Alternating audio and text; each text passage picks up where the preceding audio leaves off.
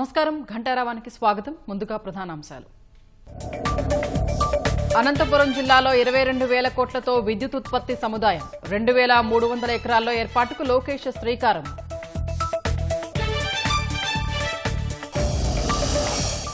ధనుంజయ రెడ్డి, కృష్ణమోహన్ రెడ్డిని విచారిస్తున్న సిట్. మద్యం కుంభకోణం కేసులో 3వ రోజు ప్రశ్నల వర్షం.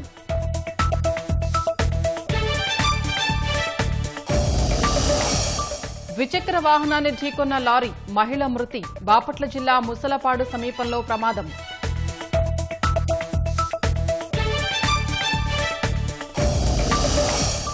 రక్షణ బడ్జెట్కు అదనపు కేటాయింపులు, మరో 50,000 కోట్లు పెంచనున్న కేంద్రం.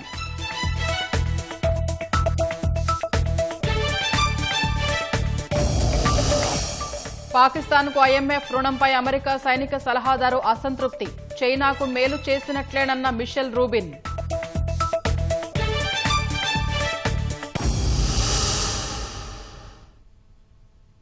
అనంతపురం జిల్లా బేతపల్లిలో హైబ్రిడ్ పవర్ జనరేషన్ కాంప్లెక్స్ శంకుస్థాపన కార్యక్రమంలో మంత్రి లోకేష్ పాల్గొన్నారు. ప్రత్యక్ష ప్రసారం ద్వారా చూద్దాం. నాకు ఇంత అద్భుతమైన అవకాశం ఇచ్చిన మీ అందరికీ పేరు పేరున నా హృదయపూర్వక ధన్యవాదాలు తెలుపుకుంటూ, ఇలాంటి పెద్ద పరిశ్రమలు వచ్చినప్పుడు ఆహ్వానించాలి, పెట్టుబడులు పెట్టించాలి. సమస్యలు ఉండొచ్చు, మేమందరం ఉన్నాం పరిష్కరించేదానికి. గౌరవ శాసనసభ్యులు ఉన్నారు, మంత్రి గారు ఉన్నారు, నేనున్నాను. మీకు అండగా నిలబడతాం, మీ తరపున మేము మాడతాం.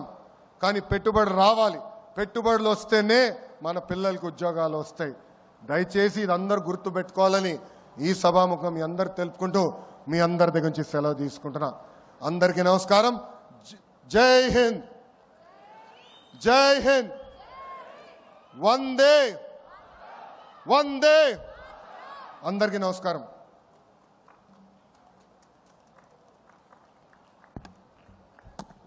Thank you very much, sir. We are highly delighted to have a leader like you, and we know that we 100% shall succeed in all our vision and mission under your guidance. And now, to sum up this event, I would like to call Mr. Balram to please address as the vote of thank and conclude, and also talk about the books that we have on our table. So we're looking forward to hear from you.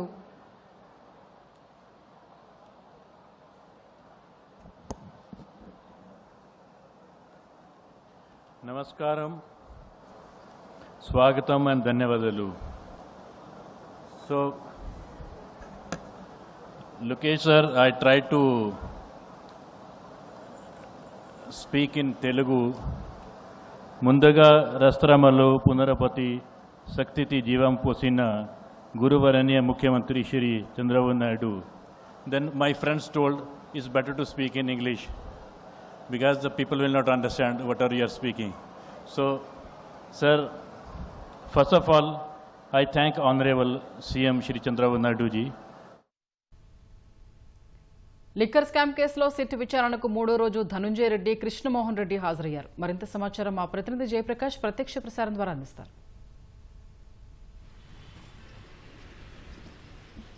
దేని మీద ఈరోజు ధనుంజయ రెడ్డి అదేవిధంగా కృష్ణమోహన్ రెడ్డి ఇద్దరుని విచారణ చేస్తూ ఉన్నారు. ఈరోజు 11 గంటలకు వీళ్ళిద్దరూ ఇక్కడకు సిట్ కార్యాలయానికి చేరుకున్నారు. గంట సేపటి నుంచి విచారణ చేపడుతూ ఉన్నారు. నూతన ప్రశ్నావళిని ఈరోజు తయారు చేసినట్టు మనకి తెలుస్తోంది. నిన్న మొన్న అడిగిన ప్రశ్నల్లో వాళ్ళు ఇచ్చిన సమాధానాలను చూసుకొని అవి కాకుండా ఏ ప్రశ్నలకి సమాధానాలు సరిగా రాలేదో వాటి సమాధానాలు రాబట్టేందుకు ఈరోజు వేరే ఇతర రూపంలో వాటిని ప్రశ్నిస్తూ ఉన్నారు. మొత్తం మీద వీళ్ళ సిట్టు దగ్గర ఇప్పటికే కొన్ని ఆధారాలు ఉండటంతో వాటిని సరిచూసుకుంటూ ఈ సమాధానాలు చేస్తూ ఉన్నారు. ఈరోజు కూడా ఇద్దరిని వేరువేరుగా విచారించటము, అదేవిధంగా కలిపి విచారించటం, ఈ రెండు జరుగుతాయని ప్రస్తుతం మనకున్న సమాచారాన్ని దాన్ని బట్టి తెలుస్తోంది. ఈరోజు విడివిడిగా అడిగిన సందర్భంలో కృష్ణమోహన్ రెడ్డి కుమారుడికి సంబంధించి బ్యాంకుల లావాదేవీలు, అదేవిధంగా ఇప్పటికే 5 కంపెనీల్లో వాళ్ళ బంధువులు ఈ విధంగా కొంత డైరెక్టర్లుగా ఉన్నట్టు తేలింది. దానికి సంబంధించి తెలుసుకోవటము, అదే ధనుంజయ రెడ్డికి సంబంధించి నిన్న శ్రీధర్ అనే ఒక వ్యక్తిని కూడా తీసుకువచ్చారు. అతను స్నేహితుడిగా చెప్తూ ఉన్నారు. అతని నుంచి ఏదైనా సమాచారం వస్తుందేమో అని కొంతసేపు విచారణ చేసిన సంగతి మనకి తెలిసిందే. అదేవిధంగా ధనుంజయ రెడ్డికి సంబంధించి ఎటువంటి లావాదేవీలు చేశారు, ఆయన ఎక్కడెక్కడ పెట్టుబడులు పెట్టాలని ఆదేశించారు, ఇటువంటి విషయాలన్నీ ఈరోజు రాబట్టేందుకు పోలీసులు ప్రయత్నిస్తూ ఉన్నారు. సిట్ ప్రత్యేకంగా ఈ ముగ్గురు కీలకంగా వ్యవహరించిన క్రమంలో ధనుంజయ రెడ్డి, కృష్ణమోహన్ రెడ్డి, గోవిందప్ప బాలాజీ, కసిరెడ్డి రాజశేఖర్ రెడ్డి తరువాత వీళ్ళ ముగ్గురు చాలా కీలకంగా, అంటే మొత్తం వసూలు చేయటము, దాన్ని తీసుకొని పైన ఉన్న కీలకమైన వ్యక్తులకి ఆ నగదుని పంపించటము కసిరెడ్డి వంతు అయితే, అసలు ఆ నగదు అంతిమ లబ్ధిదారుడికి చేరటం అనేది వీళ్ళు ముగ్గురు చాలా కీలక పాత్ర.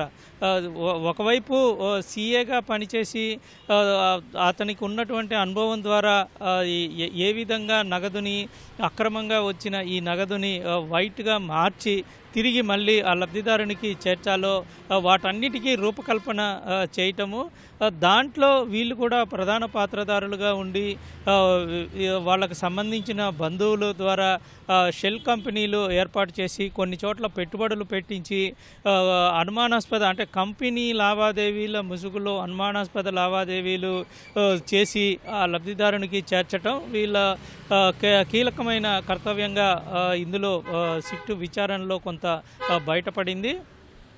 దీన్ని ఆసరాగా చేసుకొని ఇంకా ఎక్కడెక్కడ వీళ్ళు కంపెనీలు ఏర్పాటు చేశారు, కొన్ని విదేశాలకి పంపించి అక్కడి నుంచి కూడా మళ్ళీ ఇటు వెనక్కి నగదుని తెప్పించారు అనే ఆరోపణలు కూడా ఉన్నాయి. దానికి సంబంధించిన ఆధారాలు సేకరించే పనిలో ఇటు సిట్ అధికారులు ఉన్నారు. మరోవైపు శ్రీధర్ రెడ్డి విచారణ కూడా కొనసాగుతుంది. ఈరోజు 10 గంటల ప్రాంతంలో శ్రీధర్ రెడ్డిని ఇక్కడికి తీసుకురావటము, ఆయన్ని కూడా సాయంత్రం వరకు విచారించేందుకు అనుమతించిన క్రమంలో విచారణ చేపడుతూ ఉన్నారు. వీళ్ళ ముగ్గురిని విడివిడిగానే విచారిస్తూ ఉన్నారు 3 ప్రత్యేక బృందాలు. నిన్న శ్రీధర్ రెడ్డి చాలా వరకు సమాధానాలు చెప్పకపోవడంతో మరికొన్ని ప్రత్యేకంగా కొన్ని ఈరోజు తయారు చేసి వాటిని ప్రశ్నిస్తూ ఉన్నారు.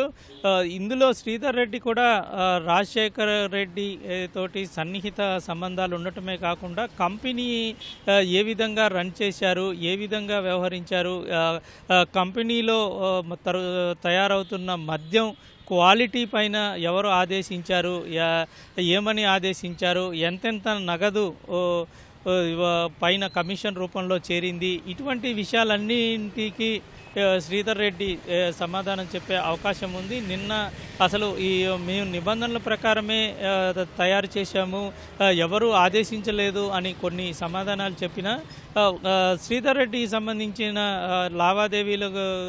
లావాదేవీ విషయాలు వాటికి ఉన్నటువంటి ఆధారాలు చూపించిన తర్వాత ఆయన మౌనంగా ఉన్న పరిస్థితి అయితే ఉంది. ఇంకొక వైపు ఇటు మిగతా విషయాలు చూసుకున్నట్లయితే గోవిందప్ప బాలాజీ సంబంధించి ఆ రిమాండ్ రిపోర్ట్లో కూడా వీళ్ళు ఇద్దరు కీలకంగా వ్యవహరించారు అని ఆ రిమాండ్ రిపోర్ట్లో రాశారు.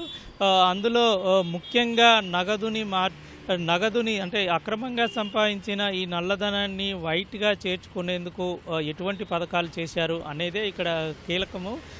మద్యం విధానం విషయంలో బయట ప్రపంచానికి ప్రభుత్వం కనుక మద్యం తయారు చేసి విక్రయిస్తే అందులో లోటుపాట్లు ఏమి ఉండవు, అంతా ఖచ్చితంగా నాణ్యతమైనటువంటి మద్యాన్ని సరఫరా చేయవచ్చు అనే ఇట్లాంటి విషయాలు బయటికి చెప్పినప్పటికీ ఇక్కడ జరుగుతున్న విషయాలు వేరేగా మనకి కనబడుతూ ఉన్నాయి. మరోవైపు ఈరోజు కొద్దిసేపటి కిందటే మనకి తాజాగా సమాచారం తెలిసింది. ఈ వంశీ కూడా వల్లభనేని వంశీకి సంబంధించిన విషయాలు కూడా కొంత ఈరోజు మరో కేసు నమోదైంది. అక్రమ మైనింగ్కి సంబంధించిన కేసులో కూడా ఆయన గన్నవరం పిఎస్లో నమోదు అవటము, సుమారు 100 కోట్ల పైనే అక్రమ మైనింగ్కి పాల్పడ్డారు నియోజకవర్గంలో అని దానిపైన మైనింగ్ అధికారులు ఇచ్చిన ఫిర్యాదు పైన కేసు నమోదు చేసినట్టు తెలుస్తుంది. ఇప్పటికే నూజివీడులో ఒక కేసు నమోదు అవ్వటము, పీటీ వారెంట్ అమలు పరిచేందుకు ఈరోజు నూజివీడు కోర్టుకి తరలించారు.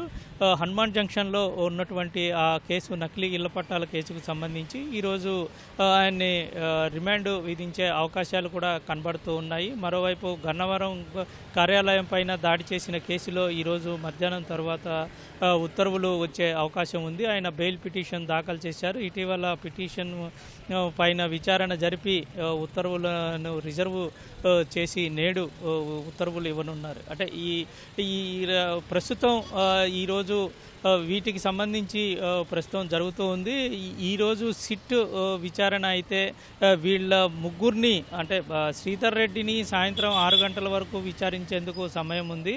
ధనుంజయ రెడ్డి, కృష్ణమోహన్ రెడ్డిని ఎప్పటి వరకు విచారించారు అనే విషయానికి ఇంకా దాని మీద ఒక స్పష్టత అయితే రాలేదు. నిన్న అయితే 11 గంటల పైగా విచారించిన పరిస్థితి అయితే ఉంది. స్వప్న. కెమెరామెన్ స్వామితో జయప్రకాష్, ఈటీవీ న్యూస్, విజయవాడ.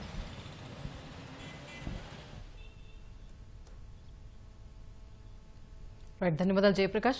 పహల్గాం దాడికి ప్రతిస్పందనగా చేపట్టిన ఆపరేషన్ సింధూర్ విజయవంతం కావడంతో భారత సైన్యానికి కృతజ్ఞతలు తెలుపుతూ తిరుపతిలో తిరంగా ర్యాలీ నిర్వహించారు. ఎంఆర్పల్లి నుంచి అన్నమయ్య కూడలి వరకు ఈ ర్యాలీ చేపట్టారు. దేశాన్ని రక్షించడంలో ప్రాణత్యాగం చేసిన వీర జవాన్లకు శ్రద్ధాంజలి అర్పిస్తూ చేపట్టిన తిరంగా ర్యాలీలో తిరుపతి ప్రజలు అధిక సంఖ్యలో పాల్గొన్నారు.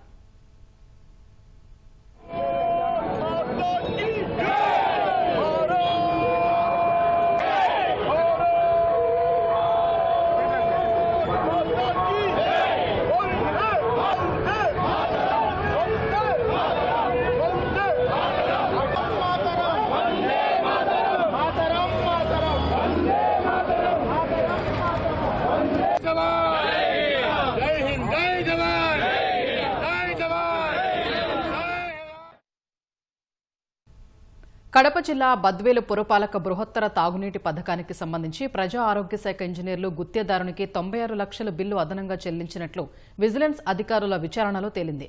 దీంతో 9 మంది ఇంజనీర్లు, టెక్నికల్ ఆఫీసర్లపై క్రమశిక్షణా చర్యలు తీసుకోవాలని ప్రభుత్వం ఉత్తర్వులు జారీ చేసింది. బద్వేలు పురపాలక కమిషనర్ నరసింహారెడ్డి గుత్తేదారుని నుంచి 96 లక్షలు రికవరీ చేయాలని కడప ప్రజా ఆరోగ్య శాఖ ఇంజనీర్లకు 2 సార్లు నోటీసులు ఇచ్చారు. ఈ పథకంలో జరిగిన అక్రమాలపై విచారణ జరుగుతోంది.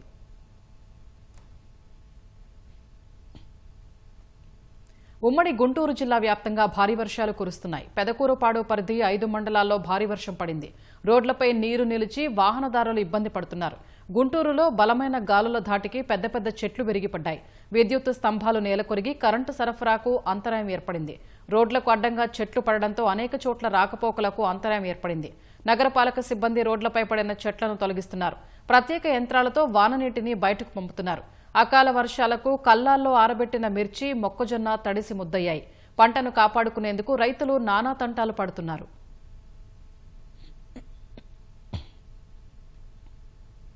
అనంతపురం జిల్లా బేతపల్లిలో హైబ్రిడ్ పవర్ జనరేషన్ కాంప్లెక్స్ కు మంత్రి లోకేష్ శంకుస్థాపన చేస్తున్నారు. ప్రత్యక్ష ప్రసారం ద్వారా చూద్దాం.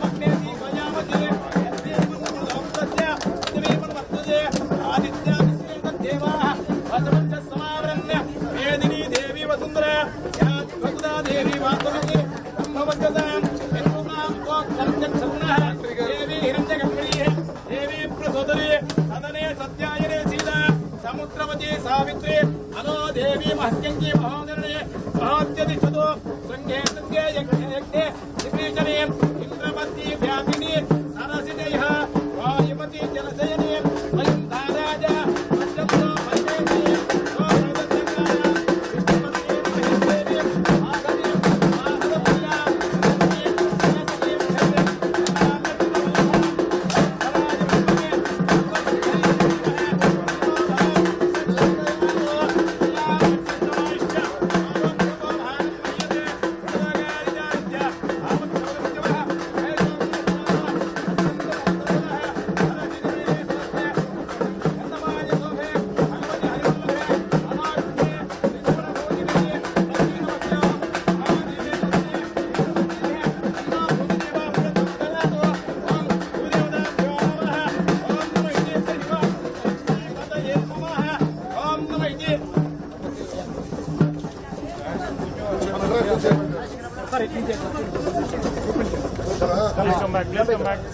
ओम ध्रुवंते राजावरणो ध्रुवं देवा बृहस्पतिः ध्रुवंत इन्द्रचाग्निचरास्कन्धारेता ध्रुवं ध्रुवा तदेव रत्नं सुदं देवतारा बलं चन्द्रवत्देव विद्याफलं तत्सेवामि ओम नमः इति हरिवां सुमुहूर्तवस्तु सुप्रतिष्ठितमस्तु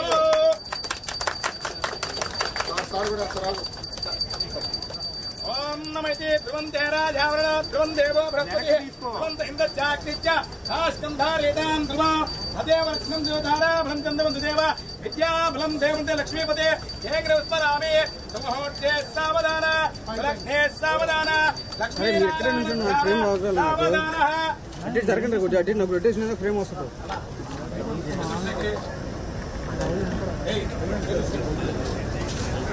ఈ రెండు పొజిషన్ అట్టాకుంటే నాకు ఫ్రేమ్ నాకు రావాలి కదా ఓం నమః మహాదేవాయ నమః అద్విష్టాయద పరమం వదనా సదా వసంత సురయ భాగ్యవాం సస్తమిందదే సోర్యద పరమం వదో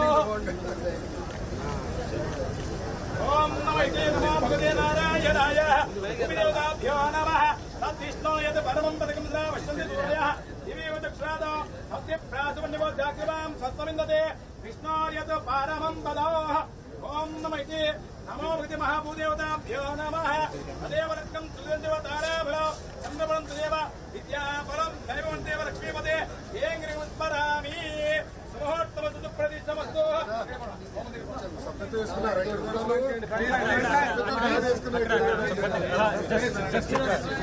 జస్ట్ మూవ్ అండి జస్ట్ మూవ్ ఓకే అక్కడే ఉండండి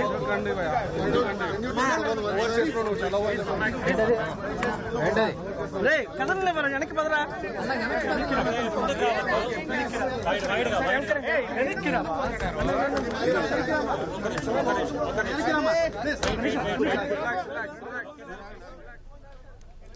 అనంతపురం గుత్తి మండలం బేతపల్లిలో మంత్రి లోకేష్ రెన్యూ విద్యుత్ కాంప్లెక్స్ కి ఇప్పుడే శంకుస్థాపన చేశారు. మనం విజువల్స్ చూసాం. భూమి పూజ చేసిన అనంతరం మంత్రి లోకేష్ అక్కడ 2,300 ఎకరాల్లో 22,000 కోట్లతో రెన్యూ విద్యుదుత్పత్తి కాంప్లెక్స్ ఏర్పాటు చేస్తున్నారు.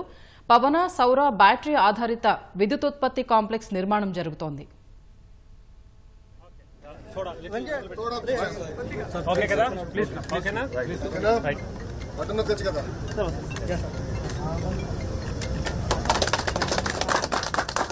అరే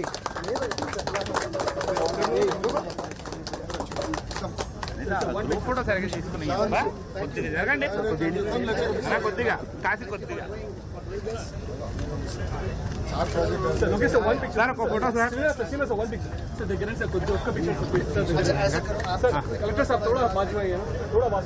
కొద్దిగా కాసి కొద్దిగా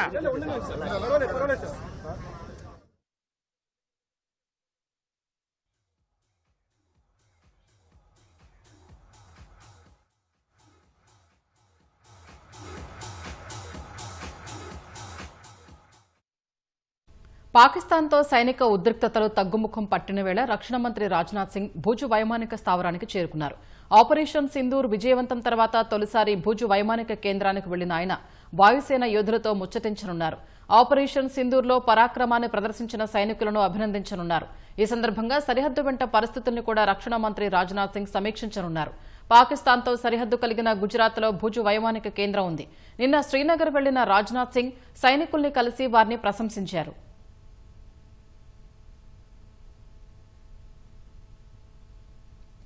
భారత్ పాకిస్తాన్ మధ్య కాల్పుల విరమణ ఈ నెల 18వ తేదీ పొడిగించారు.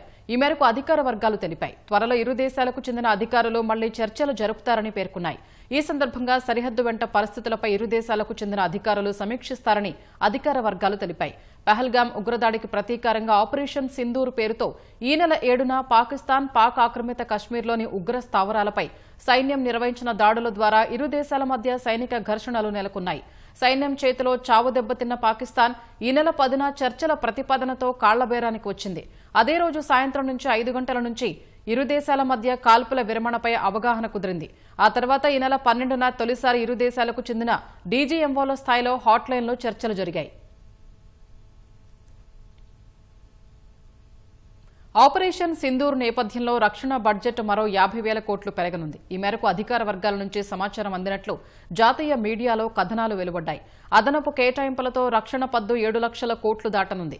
ఫిబ్రవరి 1న 2025-26 ఆర్థిక సంవత్సరానికి కేంద్ర ఆర్థిక మంత్రి నిర్మలా సీతారామన్ సమర్పించిన బడ్జెట్లో రక్షణ శాఖకు 6,81,000 కోట్లు కేటాయించారు. పాకిస్తాన్తో సైనిక ఉద్రిక్తతలు నెలకొన్న నేపథ్యంలో అదనపు కేటాయింపుల్ని పరిశోధన, అభివృద్ధితో పాటు ఆయుధాల కొనుగోళ్లకు వినియోగించనున్నట్లు సమాచారం.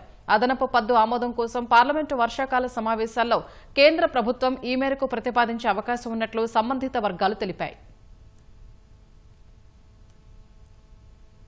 ఉగ్రవాదానికి ఊపిరి పోస్తున్న పాకిస్తాన్కు ఐఎంఎఫ్ రుణం ఇవ్వడంపై అమెరికా సైనిక వ్యూహకర్త మిషెల్ రూబిన్ అసంతృప్తి వ్యక్తం చేశారు. ఈ చర్య ఓ రకంగా చైనాకు మేలు చేసినట్లేనని పేర్కొన్నారు. పాకిస్తాన్కు ఐఎంఎఫ్ బెయిలౌట్ ప్యాకేజీని ట్రంప్ సర్కారు అడ్డుకోకపోవడాన్ని ఆయన తీవ్రంగా తప్పుపట్టారు. ప్రపంచంలోనే అత్యంత అవినీతిమయమైన దేశాల్లో పాక్ ఒకటన్నారు. భారత్తో 4 రోజుల యుద్దం తర్వాత పాక్ తోక ముడుచుకున్న సునకంలా పారిపోయిందని ఆయన పేర్కొన్నారు. కీలక ఎయిర్ బేస్లు దెబ్బతిని మిలిటరీ వసతులు కోల్పోయిన తర్వాత కూడా పాక్ ఇంకా తెలివితేటలను ప్రదర్శిస్తోందని మిషెల్ రూబిన్ ఎద్దేవా చేశారు. భారత్ పాక్ మధ్య తీవ్రస్థాయిలో సైనిక ఘర్షణ జరుగుతున్న వేళ ఐఎంఎఫ్ పాకిస్తాన్కు $1 బిలియన్ రుణం మంజూరు చేసింది. ఢిల్లీ తీవ్రంగా వ్యతిరేకించిన అమెరికా మరికొన్ని దేశాల మద్దతుతో పాకిస్తాన్ ఐఎంఎఫ్ రుణం పొందగలిగింది.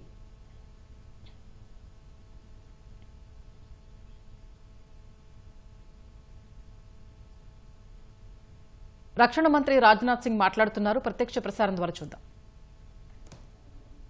चाहे वो भारत के रहने वाले हों अथवा दुनिया के दूसरे देशों में रहने वाले हों, सभी गौरवान्वित हुए हैं। भारतीय वायुसेना के लिए सिर्फ 23 मिनट यह काफी थे पाकिस्तान की सरजमी पर पल रहे आतंक के अजगर को कुचलने के लिए, और वह आपने करके दिखाया है।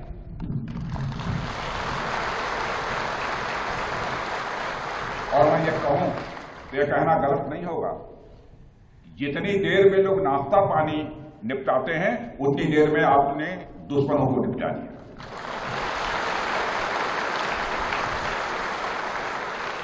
आपने दुश्मनों की जमीन पर जाकर आपने मिसाइलें गिराई है।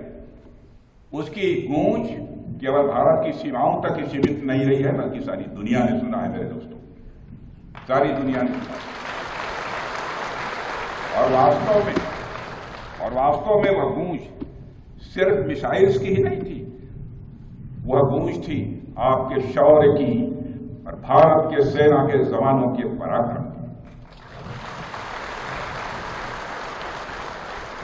ऑपरेशन सिंदूर में भारतीय वायुसेना ने जो प्रभावी भूमिका निभाई है, उसकी सराहना इस देश में ही नहीं बल्कि दुनिया के दूसरे देशों में भी हो रही है। आपके इस ऑपरेशन में न केवल दुश्मनों को डोमिनेट किया है आपने, बल्कि उन्हें डेसिमेट करने में भी कामयाबी हासिल की है। आतंकवाद के खिलाफ चलाए गए इस अभियान को नेतृत्व हमारी एयरफोर्स ने ही किया, और हमारी एयरफोर्स एक ऐसी स्काई फोर्स है जिसने अपने शौर्य, पराक्रम और प्रताप से आसमान की नई और बुलंद ऊंचाइयों को भी छू लिया है। मैं chief air marshal AP Singh को भी इसके लिए मैं बधाई देना चाहता हूं, उनके पूरे ऑफिसर्स, उनके पूरे टीम, उनके सारे जवानों को भी मैं बधाई देता हूं। और साथियों, कोई छोटी बात नहीं है कि हमारी एयरफोर्स की पहुंच पाकिस्तान के हर कोने तक है, और ये बात पूरी तरह से साबित हो चुकी है तो हमारी तीनों फोर्सेस की, लेकिन आज एयरबेस पर आए हूं इसलिए मैं चर्चा कर रहा हूं। और आज स्थिति यह है कि भारत के फाइटर प्लेन बिना सरहद पार किए ही यहीं से उनके हर कोने तक सीधा प्रहार करने में पूरी तरह से सक्षम है। और पूरी दुनिया ने देख लिया है कि कैसे आपने पाकिस्तान की धरती पर मौजूद आतंकवाद के 9 ठिकानों को ध्वस्त कर दिया। बाद में की गई कार्रवाई में उनके अनेक एयरबेस भी तबाह कर दिए गए। ऑपरेशन सिंदूर के दौरान इंडियन एयरफोर्स ने केवल पराक्रम ही नहीं दिखाया है, बल्कि पूरी दुनिया के सामने प्रमाण भी दिया है। प्रमाण इस बात का कि अब भारत की युद्ध नीति और टेक्नोलॉजी यानी तकनीक भी दोनों बदल चुकी है। आपने प्रधानमंत्री मोदी जी के नेतृत्व में नए भारत का संदेश पूरी दुनिया तक इस बार पहुंचा दिया है।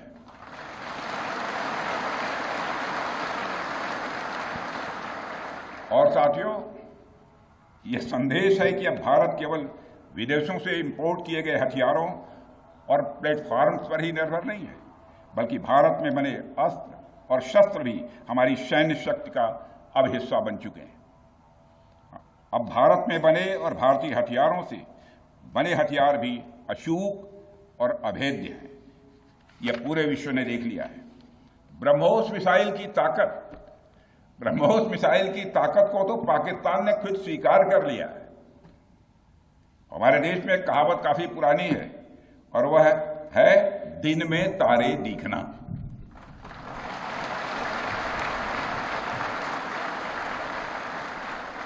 मगर भारत में बनी ब्रह्मोस मिसाइल ने पाकिस्तान को रात के अंधेरे में दिन का उजाला दिखा दिया है।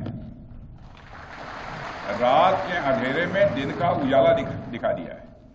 भारत के जिस एयर डिफेंस सिस्टम की तारीफ हर तरफ हो रही है, उसमें डीआरडीओ द्वारा बनाए गए आकाश और अन्य राडार सिस्टम की जबरदस्त भूमिका रही है। साथियों, कई स्थानों पर हमारे नागरिक दुश्मन के ड्रोन आते देख भाग नहीं रहे थे, बल्कि हमारे एयर डिफेंस सिस्टम के हाथों उनको मार गिराने की वीडियो बना रहे थे।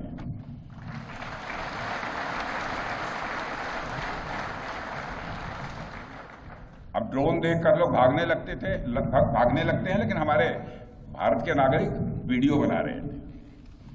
साथियों, आपने पाकिस्तान में मौजूद टेरर इंफ्रास्ट्रक्चर के खिलाफ प्रभावी कार्रवाई की है, मगर पाकिस्तान फिर से इस कोशिश में लग गया है कि ध्वस्त हुए आतंकी ढांचे को फिर से खड़ा किया जाए।